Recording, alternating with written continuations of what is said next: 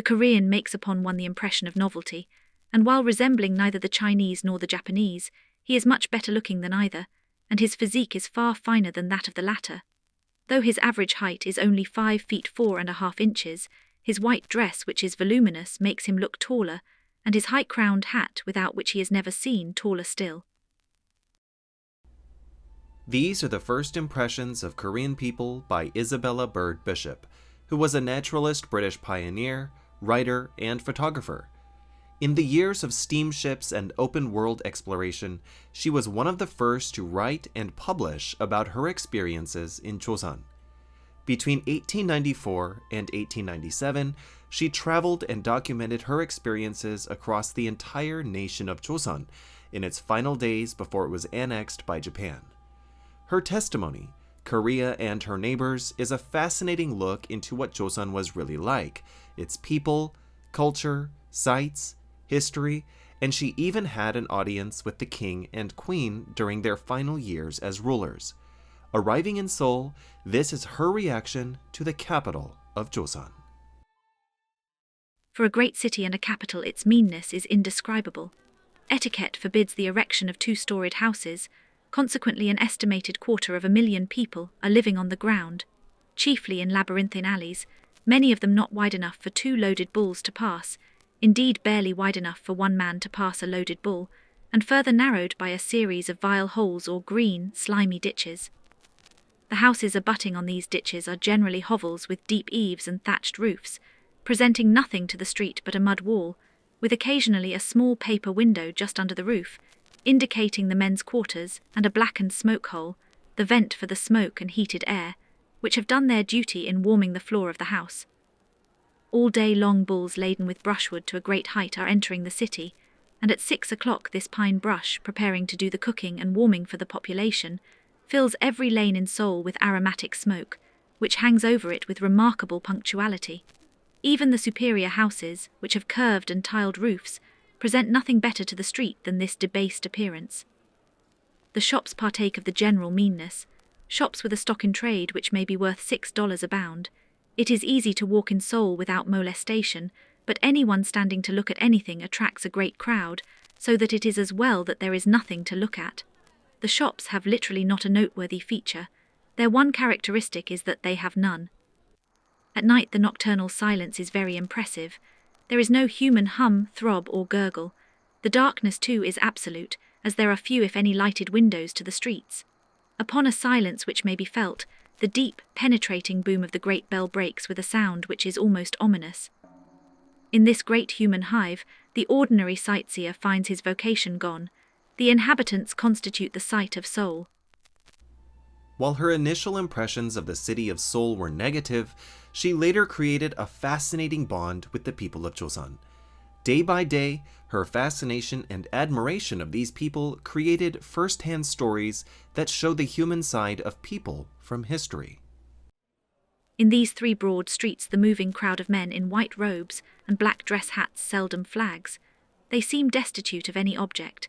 Many of them are of the yangban or noble class, to whom a rigid etiquette forbids any but official or tutorial occupation, and many of whom exist by hanging on to their more fortunate relatives. Young men of the middle class imitate their nonchalance and swinging gait. There, too, are to be seen officials, superbly dressed, mounted on very fat but handsome ponies with profuse manes and tails, the riders sitting uneasily on the tops of saddles with showy caparisonings a foot high, and 2 more holding the rider in his place, or officials in palanquins, with bearers at a run amid large retinues. In the more plebeian streets nothing is to be seen but bulls carrying pine brush, strings of ponies loaded with salt or country produce, water carriers with pails slung on a yoke, splashing their contents, and coolies carrying burdens on wooden pack saddles. Between these miles of mud walls, deep eaves, green slimy ditches, and blackened smoke holes, few besides the male inhabitants and burden bearers are seen to move. They are the paradise of mangy dogs. Every house has a dog and a square hole through which he can just creep. He yelps furiously at a stranger and runs away at the shaking of an umbrella. He was the sole scavenger of Seoul, and a very inefficient one. He is neither the friend nor companion of man. He is ignorant of Korean and every other spoken language. His bark at night announces peril from thieves. He is almost wild. When young he is killed and eaten in spring. Isabella made note of the huge difference between the men and women of Joseon and their roles in society. Even to 19th century sensibilities, the status of women was a mild shock. She does note, however, that there are certain customs that benefit women specifically. I have mentioned the women of the lower classes who wash clothes and draw water in the daytime. Many of these were domestic slaves, and all are of the lowest class. Korean women are very rigidly secluded, perhaps more absolutely so than the women of any other nation. In the capital, a very curious arrangement prevailed. About 8 o'clock, the great bell tolled a signal for men to retire into their houses, and for women to come out and amuse themselves and visit their friends. The rule which clears the streets of men occasionally lapses, and then some incident occurs which causes it to be rigorously reinforced.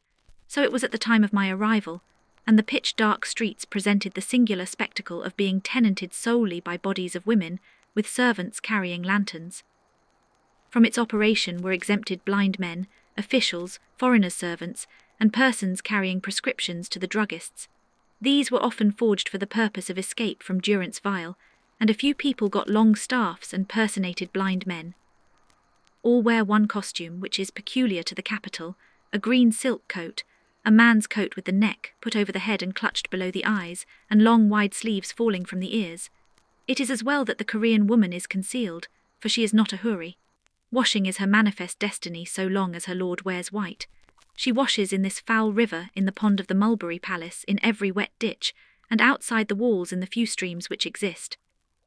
Clothes are partially unpicked, boiled with lee 3 times, rolled into hard bundles, and pounded with heavy sticks on stones.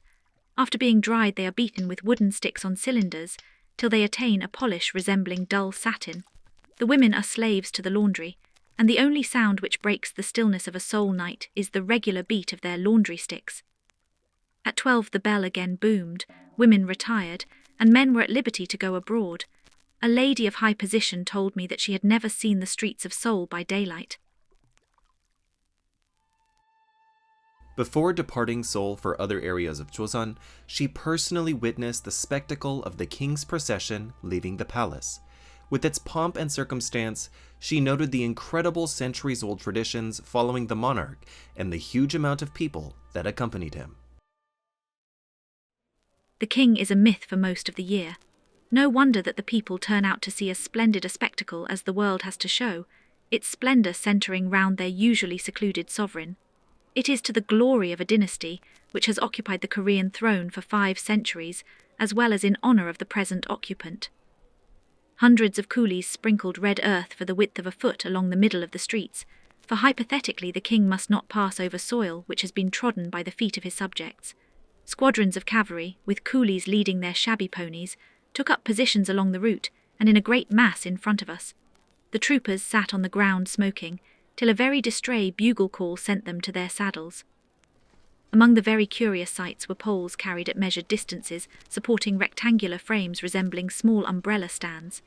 Though there were long stretches of silence, scarcely broken by the hum of a multitude, there were noisy interludes, novel in their nature, produced by men, sometimes 15 in a row, who carried poles with a number of steel rings loosely strung upon them, which they tossed into the air and allowed to fall against each other with a metallic clink, loud and strident. But of the noises which passed for music, the most curious as to method was that made by the drummers, who marched irregularly in open order in lines extending across the broad roadway. Soldiers in rusty black belted frocks, wide trousers, bandaged into padded socks and straw shoes, stacked arms in a side street. Closed black and coloured chairs went past at a trot. Palace attendants in hundreds in brown glazed cotton-sleeved cloaks, blue underrobes tied below the knee with bunches of red ribbon, and stiff black hats with heavy fan-shaped plumes of peacock's feathers, rode ragged ponies on gay saddles of great height, without bridles, the animals being led by coolies. High officials passed in numbers in chairs or on pony back, each with from 20 to 30 gay attendants running beside him, and a row of bannermen extending across the broad street behind him, each man with a silk banner bearing the cognomen of his lord. The procession of the king was led by the general of the vanguard, superbly dressed, supported by retainers on his led pony, and followed by crowds of dignitaries. Palace attendants appeared in the brilliant garments of the Korean Middle Ages. Cavalry in antique armor were jumbled up with cavalry in loose cotton frocks and baggy trousers, supposed to be dressed and armed in European fashion, but I failed to detect the flattery of imitation. After this, borne high aloft by 40 bearers clothed in red, in a superb chair of red lacquer, richly tasselled and canopied, and with wings to keep off the sun, came the king, whose pale, languid face never changed its expression as he passed with all the dignity and splendour of his kingdom through the silent crowd.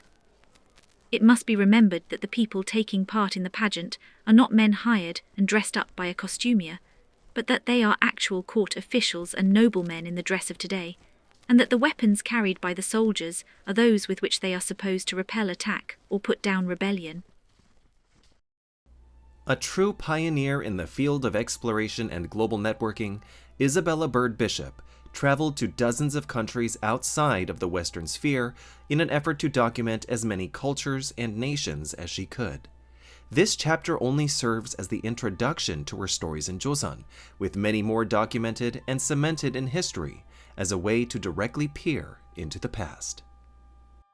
If you like this video, please leave a like, comment, and subscribe so you can see more videos just like this.